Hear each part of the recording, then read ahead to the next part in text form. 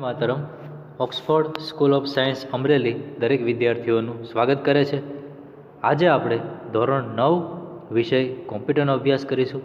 આપ સર્વે જાણો છો એ રીતે આપણા વિડીયો લેક્ચરની શ્રેણીની અંદર આજ સુધીમાં આપણે આપણું પ્રકરણ નંબર 6 કે જે છે ઉબુન્ટુ લિનક્સનો પરિચય તેનો અભ્યાસ કરી રહ્યા છીએ.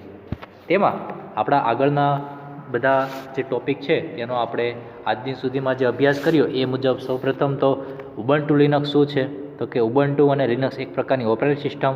ત્યારબાદ એ ઓપરેટિંગ સિસ્ટમ એટલે શું, ઉબુન્ટુ લિનક્સ એટલે શું, ઉબુન્ટુ અને લિનક્સ બંને અલગ અલગ રીતે કઈ રીતે તેનો ઉદ્ભવ થયો, ત્યારથી લઈને અત્યાર સુધી એની અલગ અલગ જે વિકાસની જે પ્રક્રિયા છે એ પણ આપણે જોઈ.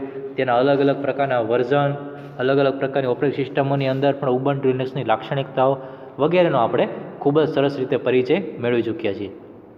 આજના ટોપિક તરીકે આપણે આમ જોવા જઈએ તો આગલા ચેપ્ટરની અંદર આપણે ભણી ચૂક્યા છીએ એવો ટોપિક જે ફાઇલ સિસ્ટમ તરીકે ઓળખાય છે એ ટોપિક ભણવાનો છે. પરંતુ ત્યારે આપણે જે ફાઇલ સિસ્ટમ ભણ્યા હતા એ જનરલ ઓપરેટિંગ સિસ્ટમ એટલે કે જે માઇક્રોસોફ્ટની હોય કે એપલની હોય એ પ્રકારની ઓપરેટિંગ સિસ્ટમ મને લાગુ પડે એ પ્રકારની ફાઇલ સિસ્ટમ આપણે ભણી ચૂક્યા હતા. પરંતુ આજે આપણે જે ટોપિક ભણવા જઈ રહ્યા છીએ એ કોને રિલેટેડ છે, તો કે ફક્ત અને ફક્ત આપણી ઉબુન્ટુ અને લિનક્સ પ્રકારની ઓપરેટિંગ સિસ્ટમને રિલેટેડ. જેથી કરીને એ ટોપિકની હવે શરૂઆત કરીએ. સૌપ્રથમ શું કહે છે, ઉબુન્ટુમાં વિગતો એટલે કે ડેટાનો ઉપયોગ કરવા માટે આખી એક પદ્ધતિ છે જેને ફાઇલ સિસ્ટમ તરીકે ઓળખવામાં આવે છે. તેનો આખો આ પ્રકારના આ ટોપિકની અંદર પરિચય આપવામાં આવ્યો છે. સૌપ્રથમ કહે છે કોમ્પ્યુટરમાં ઘણા બધા પ્રકારના સ્ટોરેજ સાધનો હોય છે. એ આપણે જાણીએ છીએ. કેવા, તો કે અમુક પ્રાઇમરી પ્રકારના, અમુક સેકન્ડરી પ્રકારના, અમુક ઇન્ટરનલ, અમુક એક્સટર્નલ, આ બધા પ્રકારના અલગ અલગ પ્રકારના સ્ટોરેજ માટેના સાધનો હોય. રિમૂવેબલ પ્રકારના પણ સાધનો હોઈ શકે. રિમૂવેબલ પ્રકારના એટલે જેને એક સમયે ઉપયોગમાં પણ લઈ શકાય અને ઉપયોગ પૂર્ણ થયા બાદ રિમૂવ કરી શકાય એટલે કે અલગ કરી શકાય. જેમ કે pen drive, USB pen drive છે એક રિમૂવેબલ પ્રકારનું કહેવાય. ત્યારબાદ બીજું છે એક્સટર્નલ હાર્ડ ડિસ્ક, રિમૂવેબલ પ્રકારનું કહેવાય. ડીવીડી રિમૂવેબલ પ્રકારના કહેવાય. આ બધા સાધનો કેવા છે, રિમૂવેબલ પ્રકારના. ત્યારબાદ એવું કહે છે કે દરેક સાધનને પોતાની ફાઇલ સિસ્ટમ હોય છે. એટલે કે ઇન્ટરનલ હાર્ડ ડિસ્ક હોય, રેમ હોય, પેન ડ્રાઈવ હોય, ડીવીડી રોમ હોય, કોઈ પણ એક્સેસ મેમરી એક્સેસ પ્રકારની જે ડિવાઇસ હોય દરેકને એક પોતાની ફાઇલ સિસ્ટમ હોય છે. હાર્ડ ડિસ્ક જેવા એકથી વધુ પાર્ટીશન ધરાવતા સાધન પણ દરેક પાર્ટીશન માટે સ્વતંત્ર ફાઇલ સિસ્ટમ ધરાવે. એટલે કે ધારો કે આપણે માઇક્રોસોફ્ટની ઓપરેટિંગ સિસ્ટમ વાપરીએ છીએ, તેની અંદર આપણે CDEF એવા 4 પાર્ટીશન પાડ્યા છે. તો ચારે પાર્ટીશન અત્યારે ધારો કે પાર્ટીશન જ નથી, 500 જીબીની આખી હાર્ડ ડિસ્ક છે, તો એની આખી એક સ્વતંત્ર ફાઇલ સિસ્ટમ છે, કોમન. ત્યારબાદ શું થાય છે, અલગ અલગ આપણે CDE અને F એવા આપણે 4 ભાગ પાડી દઈએ છીએ. તો હવે શું થશે, C ડ્રાઈવની પણ અલગ ફાઇલ સિસ્ટમ, D ડ્રાઈવની અલગ ફાઇલ સિસ્ટમ, E ડ્રાઈવની અલગ ફાઇલ સિસ્ટમ, F ડ્રાઈવની અલગ ફાઇલ સિસ્ટમ. આવી રીતે દરેકની ચારે પોર્શનની અલગ અલગ ફાઇલ સિસ્ટમ ક્રિએટ થશે. કોનામાં, માઇક્રોસોફ્ટ વિન્ડોઝમાં. હવે આપણો અગત્યનો પોઈન્ટ જેના ઉપર આપણે અભ્યાસ કરી રહ્યા છીએ કે લિનક્સ અને યુનિક્સ જેવી સિસ્ટમ માટે જે ફાઇલ સિસ્ટમ છે કેવી હોય છે, વૃક્ષ સ્વરૂપની એટલે કે રૂટ ડિરેક્ટરી હોય છે. રૂટ ડિરેક્ટરી એટલે સામાન્ય વૃક્ષનો આકાર કેવો હોય, તો કે વૃક્ષની અંદર એક થડિયું હોય અને થડની સાથે જોડાયેલા અલગ અલગ પ્રકારની ડાળીઓ હોય છે. તો એ રીતે લિનક્સ, ઉબુન્ટુ અને જે પ્રકારની યુનિક્સ ઓપરેટિંગ સિસ્ટમ છે તેની અંદર આપણી ફાઇલ સિસ્ટમ છે આખી વૃક્ષ સ્વરૂપની એટલે કે રૂટ ડિરેક્ટરી પ્રકારની હોય છે અને સિંગલ ફાઇલ સિસ્ટમ હોય છે. અહીંયા આપણે આગળ જેમ કીધું એમ C ડ્રાઈવની અલગ ને D ડ્રાઈવની અલગ ને E ડ્રાઈવની અલગ એવું નહીં, સિંગલ ફાઇલ સિસ્ટમ કોમન, બધા માટે સિંગલ કોમન ફાઇલ સિસ્ટમ. આ રૂટ ફાઇલ સિસ્ટમની અંદર દરેક પાથને સ્લેશ એટલે કે આડા લીટો દોરીને દર્શાવવામાં આવે છે. પછી શું કહે છે, ઉબુન્ટુ દ્વારા જે પાર્ટીશન દ્વારા બૂટિંગ કરવામાં આવે છે તેને રૂટ ફાઇલ સિસ્ટમ તરીકે ઓળખાવે. તો બૂટિંગ એટલે શું, તો કે આપણે બૂટ પ્રક્રિયા પણ આપણે જોઈ હતી કે જે પ્રક્રિયા દરમિયાન કમ્પ્યુટરની પાવરની જે પોઝિશન ઓન કરવામાં આવે છે એટલે કે આપણે એને પાવર આપીએ છીએ ત્યારે કોમ્પ્યુટરની બૂટિંગ પ્રક્રિયા સમગ્ર ઘટકો, CPUની અંદર રહેલા ઘટકો, હાર્ડ ડિસ્ક, રેમ, મધરબોર્ડ વગેરે ઘટકોને એક પછી એક ચેક કરે છે અને ત્યારબાદ આપણી ઓપરેટિંગ સિસ્ટમને ચાલુ કરવા માટેને ઇન્સ્ટ્રક્શન મોકલે છે અને ત્યારબાદ આપણી ઓપરેટિંગ સિસ્ટમ ચાલુ થાય છે અને આપણું કોમ્પ્યુટર વર્કિંગ કન્ડિશનમાં આવે. આ આખી જે પ્રોસેસ છે એને આપણે બૂટિંગ પ્રક્રિયા કહેતા હતા. તો શું કહે છે, ઉબુન્ટુ જે પાર્ટીશન દ્વારા બૂટ કરવામાં આવે છે તેને રૂટ ફાઇલ સિસ્ટમ તરીકે ઓળખવામાં આવે. એટલે કે માઇક્રોસોફ્ટની સિસ્ટમ હોય તો આપણે C ડ્રાઈવ કહીએ છીએ જેને આપણે રૂટ ફાઇલ સિસ્ટમ કહી શકીએ. એ જ રીતે ઉબુન્ટુની અંદર જે ફાઇલ સિસ્ટમ વડે બુટિંગ કરવામાં આવે તેને રૂટ ફાઇલ સિસ્ટમ તરીકે ઓળખવામાં આવે છે. પછી શું કહે છે, આ ફાઇલ સિસ્ટમની રૂટ ફાઇલ સિસ્ટમની રૂટ ડિરેક્ટરી ફાઇલ સિસ્ટમના આખા વૃક્ષ માળખાનું મૂળ બને. એટલે કે જ્યાંથી આપણી પ્રોસેસ ચાલુ થાય છે, કોનાથી, સ્લેશથી, એ આપણું મૂળિયું, ત્યાંથી માંડીને આખી ફાઇલ સિસ્ટમની શરૂઆત થાય. હવે આપણે જોઈએ કે ફાઇલ સિસ્ટમ હોય કેવી, તો કે જો આ પહેલી આકૃતિ 6.6માં જે તમને આપવામાં આવી છે એ આખી એક ફાઇલ સિસ્ટમ છે. હમણાં 6.7ને થોડીક સાઈડમાં રાખીએ, 6.6થી શરૂઆત કરીએ તો આપણે વ્યવસ્થિત રીતે સમજી શકશું. આની અંદર ઉપર જે સ્લેશ છે, સ્લેશ શું છે, આપણું રૂટ ફાઇલ સિસ્ટમ એટલે કે મૂળિયું, ત્યાંથી આપણી ફાઇલ સિસ્ટમની શરૂઆત થશે. પછી શું કહે છે, અન્ય કોઈ પણ ફાઇલ સિસ્ટમને કોઈ હાયર ડિરેક્ટરી દ્વારા પણ સ્થાપિત કરી ઉપયોગમાં લઈ શકાય છે. એટલે કે જ્યારે કોઈ બીજી ફાઇલ સિસ્ટમ હયાત છે કે જે ઓલરેડી બીજે છે, એટલે કે આપણી ફાઇલ સિસ્ટમથી અલગ છે, તો તેને આપણી ફાઇલ સિસ્ટમની સાથે સ્થાપિત કરીને, એટલે કે એની સાથે જોઈન્ટ કરીને, કોલેબોરેટ કરીને પણ ઉપયોગમાં લઈ શકાય. એકવાર સ્થાપિત થયા બાદ તે ફાઇલ સિસ્ટમની માહિતી માઉન્ટ પોઈન્ટ ડિરેક્ટરીની વિગતો સ્વરૂપે જોઈ શકાય. એટલે કે એકવાર એ આપણી જે મૂળ રૂટ ફાઇલ સિસ્ટમની સાથે સ્થાપિત થઈ જાય પછી એ આપણી ડિરેક્ટરીની વિગતો સાથે જ એની વિગતોને જોઈ શકાય છે. હવે અહીં એક શબ્દ આવ્યો માઉન્ટ પોઈન્ટ ડિરેક્ટરી. તો કે માઉન્ટ પોઈન્ટ ડિરેક્ટરી એટલે શું, કે જે હયાત ફાઇલ સિસ્ટમ સાથે બહારથી જે ફાઇલ સિસ્ટમ જે જોઈન્ટ થઈ, તો એ જે બહારથી જોઈન્ટ થયેલી ફાઇલ સિસ્ટમ છે એને માઉન્ટ પોઈન્ટ ડિરેક્ટરી તરીકે ઓળખવામાં આવે છે. હવે શું કહે છે, જો માઉન્ટ પોઈન્ટ સાથે ઉપયોગમાં લીધેલી ડિરેક્ટરી પહેલેથી જ કોઈ વિગતો ધરાવતી હોય, વિગતો એટલે કે એ પોતાની પણ સબ ડિરેક્ટરી ધરાવતી હોય વગેરે, તો સ્થાપન પ્રક્રિયા દરમિયાન તેને હિડન બનાવી દેવામાં આવે છે. એટલે કે તેની સબ ડિરેક્ટરી અથવા સબ ફાઇલો પછી જોઈ શકાતી નથી, એ હાઇડ કરી દેવામાં આવે છે. એ પછી માઉન્ટ પોઈન્ટ ડિરેક્ટરી દ્વારા ફાઇલ સિસ્ટમની વિગતોનો ઉપયોગ કરીને તેમાં સુધારા વધારા કરી શકાય છે. હવે જ્યારે એ ફાઇલ સિસ્ટમની જરૂર ન હોય, એટલે કે હવે બહારથી જે આપણે ફાઇલ સિસ્ટમને જોઈન્ટ કરી હતી, હવે એની જરૂરિયાત નથી, એનું કામકાજ પૂરું થઈ ગયું, તો તેને પાછી વિસ્થાપિત એટલે કે અનમાઉન્ટ મીન્સ અલગ કરી શકાય છે. એટલે કે જ્યાં સુધી એની જરૂરિયાત હોય ત્યાં સુધી આપણે એને સાથે રાખીને વર્ક કરી શકીએ. એનું વર્ક પૂરું થઈ જાય પછી એને અનમાઉન્ટ એટલે કે તેને દૂર કરી શકાય છે, વિસ્થાપિત કરી શકાય છે. આ સમયે માઉન્ટ પોઈન્ટ ડિરેક્ટરીની અદ્રશ્ય મૂળભૂત વિગતો ફરીવાર દ્રશ્યમાન થઈ જાય. ઉપર શું કર્યું હતું આપણે, માઉન્ટ જે આપણી ફાઇલ હતી માઉન્ટ પોઈન્ટ ડિરેક્ટરી, એની ફાઇલો અથવા સબ ડિરેક્ટરીને આપણે હાઇડ કરી દીધી હતી, હિડન કરી દીધી હતી. તો હવે એને પાછું આપણે શું કરવાનું, દ્રશ્યમાન કરી દેવાનું, એટલે કે હિડનમાંથી બહાર લાવી દેવાની. આ રીતે આખી પદ્ધતિ થાય છે. જરૂર હોય ત્યારે આપણે એને માઉન્ટ કરી શકીએ છીએ. માઉન્ટ કરીએ ત્યારે તેની ડિરેક્ટરીમાં રહેલી સબ ડિરેક્ટરી કે ફાઇલો છે બધી હાઇડ થઈ જાય. તેનો ઉપયોગ પૂર્ણ થાય ત્યારબાદ આપણે એને ફરીવાર અનમાઉન્ટ કરીએ એટલે કે વિસ્થાપિત કરીએ, તો પાછી માઉન્ટ ડિરેક્ટરીની જે હાઇડ થયેલી ફાઇલો હતી કે ડિરેક્ટરીઓ હતી એ પાછી વિઝિબલ થઈ જાય છે, દ્રશ્યમાન થઈ જાય. આખી પદ્ધતિ અલગ અલગ રીતની 4 આપણને આકૃતિ દ્વારા સમજાવી છે. આકૃતિની અંદર રહેલા દરેકે દરેક પોઈન્ટ આપણે ખૂબ જ અગત્યના છે, તે સમજવાના છે. સૌપ્રથમ આકૃતિ એકવાર અભ્યાસ કરી લે. આકૃતિ 6.6 કે જે છે રૂટ ફાઇલ સિસ્ટમ, મૂળ ફાઇલ સિસ્ટમ. આકૃતિ 6.7 કે જે છે આપણી અન્ય સાધન પરની ફાઇલ સિસ્ટમ, આપણે જેને કીધું ને માઉન્ટ પોઈન્ટ ડિરેક્ટરી પ્રકારની. આકૃતિ 6.8માં શું કર્યું, હવે જે આ જે ફાઇલ સિસ્ટમ છે કઈ 6.7 વાળી, એને આપણે 6.8ની અંદર એટલે કે 6.6ની અંદર 6.7ને જોઈન્ટ કરી અને જે ફાઇલ સિસ્ટમ બની 6.8માં દર્શાવી. ત્યારબાદ તેનો વર્ક પૂરું થાય એટલે પાછી એને આપણે અનમાઉન્ટ કરી દઈએ, વિસ્થાપિત કરી દઈએ. ત્યારબાદની જે કન્ડિશન છે 6.9માં દર્શાવી. હવે ચારે ચારને આપણે ઇન્ડિવિજ્યુઅલ સમજીએ. આકૃતિ 6.6 તો આપણને ખ્યાલ આવી ગયો કે આપણી એ મૂળ રૂટ ફાઇલ સિસ્ટમ છે જેની અંદર આખી આપણે એક ડિરેક્ટરી, મૂળભૂત ડિરેક્ટરી છે. પછી શું કહે છે, આકૃતિ 6.7 અન્ય સાધન પરની ફાઇલ સિસ્ટમ છે જેમાં તેને આપેલા D3 ડિરેક્ટરીમાં સ્થાપિત કરવાની છે આપણે. એટલે કે જો આકૃતિ 6.6 જો એમાં ડેશની નીચે D1 અને D1ની નીચે જે D3 છે ને તે આપણે આકૃતિ 6.7ની આખી ફાઇલ સિસ્ટમને જોઈન્ટ કરવાની છે. તો હવે જો આકૃતિ 6.7માં DX1 અને DX6 નામની બે મૂળ ફાઇલો છે જે ઉપરની સ્લેશ નામની રૂટ ફાઇલ સાથે જોડાયેલી છે. તો હવે સ્લેશ ફાઇલ આખી ક્યાં જોઈન્ટ થઈ જશે, D3માં. તો આકૃતિ 6.8માં જો સ્લેશ D1 અને D3, તો જો D3ની નીચે આ બે જોઈન્ટ થઈ ગઈ, DX1 અને DX6. હવે જો DX1 અને DX6 આકૃતિ 6.7માં જો DX1 અને DX6 ક્યાં 6.7માં હતી? તો કે DX1 અને DX6 એ પોતાની રૂટ ફાઇલ સાથે જોડાયેલી હતી, પરંતુ આપણે એને અત્યારે ક્યાં જોડી? તો આપણી મૂળ જે 6.6 ની રૂટ ફાઇલ હતી એમાં રહેલી D3 નામની એક ડિરેક્ટરી સાથે જોઈન્ટ કરી. તો D3ની અંદર પાછા એક જે ઘટકો હતા બધા D6, D7, F6 અને F7, એને શું કરું? તો કે અત્યારે પૂરતા એ હાઈડ થઈ જશે. હવે જો આકૃતિ 6.7માં જો DX1ની નીચે શું હતું? FX1, FX, DX3, DX4 અને FX2. DX6માં શું હતું? તો કે DX5 અને FX5.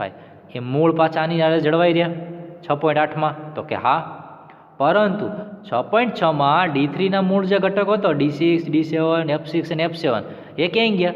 તો કે એ અત્યાર પૂરતા હાઈડ થઈ ગયા. એટલે કે 6.6ની જે રૂટ ડિરેક્ટરી હતી એની અંદર આપણે 6.7ની જે ડિરેક્ટરી છે એને માઉન્ટ કરી કહેવાય, આપણી ભાષામાં કહીએ તો જોઈન્ટ કરી કહેવાય. D3 નીચે જોઈન્ટ કરી, જેથી કરીને 6.6ના D3ના જે મૂળભૂત ઘટકો હતો એ અત્યાર પૂરતા હાઈડ થઈ ગયા. હવે જે 6.7માંથી જે લીધેલી ડિરેક્ટરી હતી એનું વર્ક હવે પૂરું થઈ ગયું. હવે પાછી આપણે એને શું કરવું છે? અનમાઉન્ટ કરવું છે, એટલે કે વિસ્થાપિત કરી દેવું છે, અલગ કરી દેવું છે. તો અલગ કર્યા બાદની જે પરિસ્થિતિ છે એ ક્યાં દેખાય છે? તો કે 6.9માં. જો 6.9માં પાછું જો 6.6 અને 6.9ની સરખામણી કરો, બેમાં ડેશ આવી ગયા, D1 અને D4 આવી ગયા, F1, D3, F2. અહીંયા આપણે F1, D3 અને F2, D5 અને F5, અહીંયા પણ D5 અને F5, D3 નીચે D6, D7, F6 ને F7 આવી ગયા પાછા. એટલે કે પાછી જે હાઈડ થયેલી આપણી જે પ્રક્રિયા હતી એ પાછી અનહાઈડ થઈ ગઈ અને ફરીવાર આપણે જોઈ શકીએ છીએ. આ રીતે અલગ અલગ ફાઇલ સિસ્ટમને એકબીજા સાથે જોઈન્ટ કરી શકાય છે. ત્યારબાદ વર્ક પૂરું થયા પછી પાછી એને અનમાઉન્ટ કરીને વિસ્થાપિત કરીને મૂળભૂત ફાઇલ સિસ્ટમના હિડન થયેલા ડેટાને પણ પાછો લાવી શકાય છે. આ રીતે સંપૂર્ણ આખી ફાઇલ સિસ્ટમ ડિરેક્ટરી કોના માટેની? તો કે ઉબુન્ટુ લિનક્સ માટેની ફાઇલ સિસ્ટમ ડિરેક્ટરીને આ રીતે જોવામાં આવે છે. પછીના ફકરામાં શું કહે છે? સામાન્ય રીતે ફાઇલ સિસ્ટમને ખાલી ડિરેક્ટરી દ્વારા પણ સ્થાપિત કરવામાં આવે છે. ખાલી ડિરેક્ટરી એટલે બ્લેન્ક ડિરેક્ટરી, જેની પોતાની સબ ડિરેક્ટરી ના હોય એવી ડિરેક્ટરીને કેવી કહેવાય? Blank directory. જેમ કે અહીંયા આપણે ઉપર જોઈએ તો કે રૂટ ફાઇલ છે, આકૃતિ 6.9માં ઉપર રૂટ ફાઇલ છે, પછી D1 ને પાછી સબ ડિરેક્ટરી છે તો કે હા, D4 ને છે તો કે હા, F1 ને છે તો કે ના, D3 ને છે તો કે હા. તો જેની પોતાની ડિરેક્ટરીની નીચે પાછી બીજી સબ ડિરેક્ટરી ન હોય એને ખાલી ડિરેક્ટરી કહેવાય. તો શું કહે છે? સામાન્ય રીતે ફાઇલ સિસ્ટમને ખાલી ડિરેક્ટરી દ્વારા પણ સ્થાપિત કરવામાં આવે છે. પૂર્વ નિર્ધારિત વ્યાખ્યા મુજબ ઉબુન્ટુ સિસ્ટમમાં સ્થાયી સ્થાનોની આપોઆપ શોધ કરી તેને ફાઇલ બ્રાઉઝરમાં આવેલા ડાબી બાજુના ભાગમાં પ્લેસ મેનુની અંદર દર્શાવવામાં આવે છે. એટલે કે આવી કઈ ખાલી છે ફાઇલો છે તેને પ્રથમવાર તેનો ઉપયોગ કરતી વખતે તેને માઉન્ટ કરવામાં આવે છે. માઉન્ટ કરવું એટલે આપણે તમને હમણાં કીધું એમ અહીંયા જે જોઈન્ટ કરી ને આ પ્રોસેસ જે કરી D3ની સાથે આપણે જે આકૃતિ 6.7ની જે આખી ડિરેક્ટરી છે ને જોઈન્ટ કરી, તે પ્રક્રિયાને શું કહેવામાં આવે છે? માઉન્ટ કરી કહેવાય. તો આ રીતે પ્રથમવાર ઉપયોગ કરતી વખતે તેને માઉન્ટ કરવામાં આવે છે. રૂટ ફાઇલ સિસ્ટમ સિવાયની તમામ સ્થાપિત થયેલી ફાઇલ, જે બહારથી આવેલી જે ફાઇલ છે, એટલે કે રૂટ ફાઇલની મૂળભૂત ફાઇલ નહોતી પરંતુ બહારથી આવીને આપણે એને જોઈન્ટ કરી છે, સ્થાપિત કરી છે, માઉન્ટ કરી છે. તો એવી ફાઇલ સિસ્ટમને સ્થાપિત થયેલી ફાઇલ સિસ્ટમની બાજુમાં ફાઇલ બ્રાઉઝરમાં એક ત્રિકોણાકાર આઇકન સ્વરૂપે તેને દર્શાવવામાં આવે છે. જો આખી વિષય વસ્તુ આપણે અહીંયા જોશું તો આપણને બહુ જ સરળતાથી સમજાશે. શું કહે છે? જો આખી આકૃતિમાં desktop, document, download, music, pictures, public, template, video અને એક્ઝામ્પલ, આટલા કોના સબ ફાઇલ છે? તો કે જિગ્નેશ નામની રૂટ ફાઇલના. ત્યારબાદ વિન્ડો એક્સપી અને 43 GB ફાઇલ, એની બાજુમાં આવો એક કાળા કલરનો એરો દર્શાવ્યો. તો એરાનો મતલબ શું છે? તો કે રૂટ ફાઇલ સિસ્ટમ સિવાયની સ્થાપિત થયેલી ફાઇલ સિસ્ટમની બાજુમાં ફાઇલ બ્રાઉઝર એક ત્રિકોણાકાર આઇકોન દર્શાવે. તો ત્રિકોણાકાર આઇકોન અત્યારે કોની પાસે છે? વિન્ડો એક્સપી અને 43 GB ફાઇલ. તેનો મતલબ શું થયો? આ બે ફાઇલો જે છે કેવી છે? રૂટ ફાઇલ સિસ્ટમની નથી, પરંતુ બહારથી લાવીને સ્થાપિત કરેલી છે, એટલે કે માઉન્ટ કરેલી બે ફાઇલો છે. કઈ? વિન્ડો એક્સપી અને 43 GB ફાઇલ. પછી શું કહે છે? હવે આગળનું આપણે એક્સપ્લેનેશન સાંભળીએ. આ આઇકોન ઉપર ક્લિક કરી ફાઇલ સિસ્ટમને ફરીવાર અનમાઉન્ટ કરી શકાય. અનમાઉન્ટ કરશું એટલે આકૃતિ 6.8ની જેમ જ્યારે એને માઉન્ટ કર્યું હતું એમાંથી અનમાઉન્ટ કરશું તો 6.9ની જે મેં પાછી પોતાની મૂળ જે કન્ડિશન છે કે જે કન્ડિશન 6.6માં હતી તે મૂળ કન્ડિશન પાછી ગ્રહણ કરી લેશે, એને કહેવાય અનમાઉન્ટ કર્યું.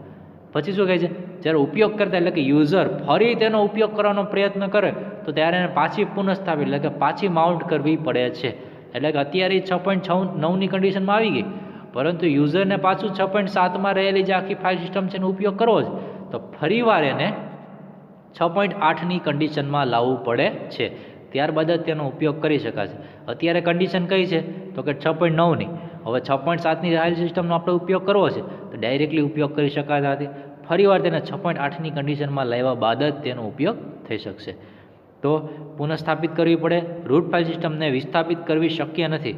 રૂટ ફાઇલ સિસ્ટમ એટલે કઈ તો કે જો 6.6 એમાં જે આડો જે લીટો દોર્યો છે, ડેશ દોર્યો છે એ આપણે રૂટ ફાઇલ સિસ્ટમ છે, તેને ક્યાંય માઉન્ટ કે અનમાઉન્ટ કરી શકાતી નથી. એટલે કે રૂટ ફાઇલ સિસ્ટમને પાછી બીજી કોઈ ફાઇલ સિસ્ટમ સાથે જોઈન્ટ ન કરી શકાય, પરંતુ બીજી ફાઇલ સિસ્ટમને રૂટ ફાઇલ સિસ્ટમ સાથે જોઈન્ટ કરી શકાય.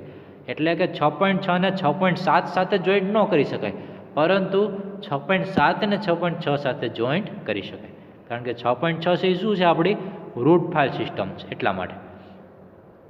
પછી રિમૂવેબલ સાધનોને જ્યારે જોડવામાં આવે, એટલે કે રિમૂવેબલ એટલે USB pen drive, external hard disk, આ પ્રકારના સાધનોને જ્યારે કોમ્પ્યુટર સાથે જોડવામાં આવે ત્યારે આપોઆપ સ્થાપિત થઈ જાય છે. આપોઆપ સ્થાપિત થઈ જાય એટલે એ પોતાની જ, ધારો કે 6.7ની જે ફાઇલ સિસ્ટમ છે એ યુએસબી પેન ડ્રાઈવની છે, તો આપોઆપ સ્થાપિત થઈને 6.8 મુજબની રચના બનાવી દે છે. બરાબર, આ રીતે રચના બનાવી દે. રિમૂવેબલ પ્રકારની ફાઇલ સિસ્ટમ કઈ કઈ છે તો કે આપણે એક પેન ડ્રાઈવ કહી શકીએ, એક એક્સટર્નલ હાર્ડ ડિસ્ક કહી શકીએ વગેરે. આ રીતે ઓટોમેટિકલી સ્થાપિત થઈ જાય છે, એટલે કે માઉન્ટ થઈ જાય.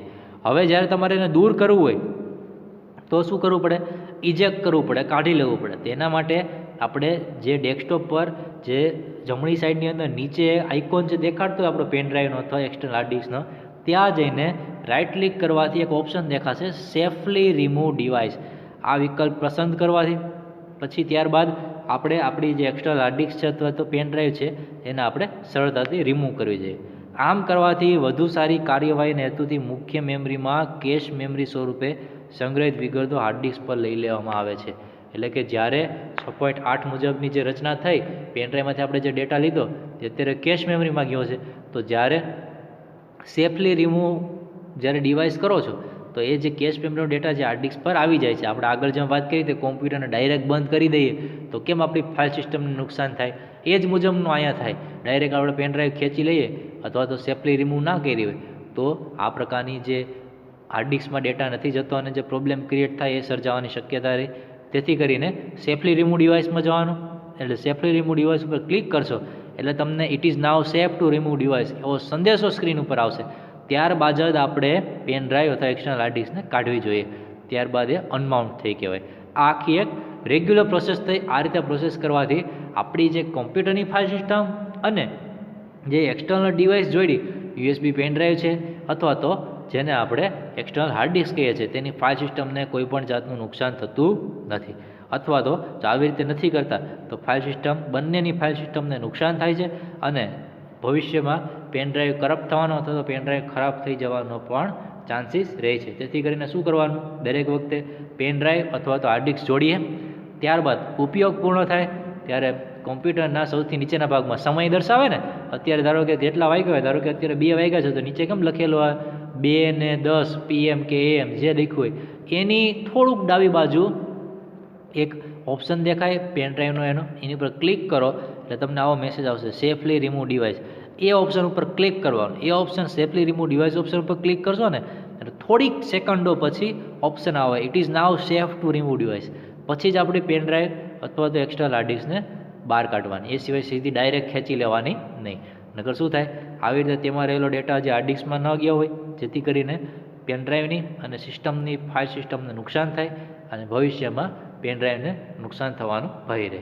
જેથી કરીને આપણે જે પ્રક્રિયા આપણે આગળ જે જોઈ હતી, કેમાં જોઈ હતી કે સામાન્ય રીતે ડાયરેક્ટ આપણે કોમ્પ્યુટર જ્યારે બંધ કરી દેતા હતા તો ડાયરેક્ટ કોમ્પ્યુટર બંધ કરી દે તો જે ડેટા જે મેઇન મેમરીમાં એટલે કે પેન ડ્રાઈવની જે આપણી રેમ મેમરીમાં રહેલો જે ડેટા છે એ હજી ધીરે ધીરે કરતાં આપણી જે હાર્ડ ડિસ્ક પ્રકારની મેમરી છે, સેકન્ડરી પ્રકારની મેમરી છે, તેની અંદર જે સ્થાપિત થતો હોય એ સ્થાપિત થતો એ પહેલાં જ આપણે જ્યારે એને ખેંચી લઈએ તો જે ડાયરેક્ટ પાવર સપ્લાય બંધ કરી દે તો એ જે સ્થાપિત થવાની પ્રક્રિયા છે પૂર્ણ થઈ શકતી નથી. અને જ્યારે કોમ્પ્યુટર ચાલુ કરો છો તો એ ડેટા નાશ પામ્યો હોય, કારણ કે મેઇન મેમરીમાં રહેલો ડેટા છે એ ટેમ્પરરી છે, સેકન્ડરી મેમરીમાં રહેલો એટલે કે હાર્ડ ડિસ્કમાં રહેલો ડેટા જ કાયમી છે. જેથી કરીને આપણે જેમ કેમ એને પ્રોપર પોઝિશનથી આપણે શટડાઉન કરતા હતા, તો એ પ્રક્રિયા શટડાઉન પ્રક્રિયા દરમિયાન દરેકે દરેક ડેટા પહેલાં તો રેમમાંથી હાર્ડ ડિસ્કમાં જતો, ત્યારબાદ શટડાઉન થતું. એ જ રીતે જ્યારે તમે સેફલી રિમૂવ ડિવાઇસ પર ક્લિક કરો છો એટલે સિસ્ટમ સમજી જાય છે કે હવે યુઝર એટલે કે હું અથવા તમે આપેલી એક્સટર્નલ ડિવાઇસ કે જે યુએસબી પેનડ્રાઈવ પણ હોઈ શકે અથવા હાર્ડ ડિસ્ક પણ હોઈ શકે તેને રિમૂવ કરવા માગે છે. જેથી કરીને એ અમુક ડેટા જે હજી એને આપણી જે સેકન્ડરી મેમરી હાર્ડ ડિસ્કમાં હજી રાઇટ કરવાનો બાકી હશે તે દરેકે દરેક પ્રક્રિયા પૂર્ણ કરી દેશે. પૂર્ણ કર્યા બાદ આપણને મેસેજ આપશે it is now safe to remove device, એટલે કે હવે ડિવાઇસને રિમૂવ કરવી તમારા માટે સેફ છે, હવે એને રિમૂવ કરી દો. સેમ પ્રોસેસ એના જેવી થશે. ત્યારબાદ આપણે રિમૂવ કરવાથી આપણી જે ફાઇલ સિસ્ટમ છે એને નુકસાન થતું નથી. તો આ રીતે દરેકે દરેક વખતે આપણે ફાઇલ સિસ્ટમને રિમૂવ કરવી જોઈએ. કઈ રીતે આખી ફાઇલ સિસ્ટમ આપણી વર્ક કરે છે ઉબુન્ટુ લિનક્સ તે પણ આપણે સમજ્યા. તો આ એક આઈડિયલ પદ્ધતિ છે. આ પદ્ધતિ વડે જ ઉબુન્ટુ લિનક્સની ફાઇલ સિસ્ટમ ઉપયોગ થતી હોય છે. તો ખૂબ જ અગત્યનો ટોપિક કે જેની આપણા ભવિષ્યની અંદર પણ આપણે દરેકે દરેક જગ્યાએ એનો ખ્યાલ રાખીશું એવો અગત્યનો ટોપિક એટલે ઉબુન્ટુ લિનક્સ પ્રકારની ઓપરેટિંગ સિસ્ટમની અંદર ફાઇલ સિસ્ટમનું માળખું. ત્યારબાદ એ જ ફાઇલ સિસ્ટમ આપણે GUI એટલે કે ગ્રાફિકલ યુઝર, જેને આપણે સિમ્બોલિક કહીએ છીએ, આ સિમ્બોલિક સ્વરૂપે પણ આપણે એની રજૂઆત જોઈ, જેની અંદર વિન્ડો XP અને 43 GB ફાઇલ્સ, જેની અંદર બાજુમાં જે એરો પ્રકારનું ચિહ્ન છે શું દેખાડે છે, આ બહારથી આવેલી જે ડિરેક્ટરી છે એ પ્રકારની ફાઇલ સિસ્ટમ, જેને આપણે આકૃતિ 6.7 પ્રકારની જોઈ એ રીતે. તો આજના વિડીયો લેક્ચરમાં આપણે સંપૂર્ણ ફાઇલ સિસ્ટમ કે જેના મદદથી ઉબુન્ટુ લિનક્સની અંદર સમગ્ર મેમરી મેનેજમેન્ટ થતું હોય છે તેનો પરિચય મેળવો. આ સાથે આજના વિડીયો લેક્ચરને અહીં પૂર્ણ કરીએ. નેક્સ્ટ વિડીયો લેક્ચરમાં નવા ટોપિક સાથે ફરીવાર મળીશું. ત્યાં સુધી દરેક વિદ્યાર્થીઓનો આભાર.